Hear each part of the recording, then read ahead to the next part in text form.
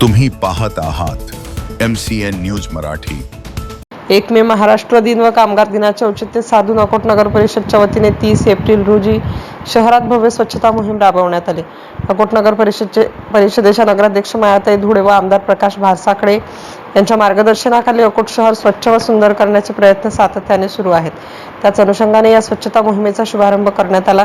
या प्रसंगी स्थानिक नगर परिषद नजीकच्या श्री छत्रपती शिवाजी महाराज चौक, अकोट शहर पोलीस स्टेशन तसेच बसस्थानक, रेल्वे स्टेशन इत्यादी ठिकाणी ही मोहीम राबवण्यात आली। यावेळेस नगराध्यक्ष माया धुळे यांनी स्वच्छता ही एक दिवसाची मोहीम नसून सातत्याने राबवावी लागणारी चळवळ आहे, त्यासाठी सर्वांनी सहकार्य करावे। त्याचसोबत ओला व सुका कचरा वेगळा करून वनपरिषदेला सहकार्य करा असे आवाहन त्यांनी नागरिकांना केलं। या मोहिमेत आरोग्य विभागाचे कर्मचारी, सफाई कामगार तसेच नगरसेवक मोठ्या संख्येने उपस्थित होते।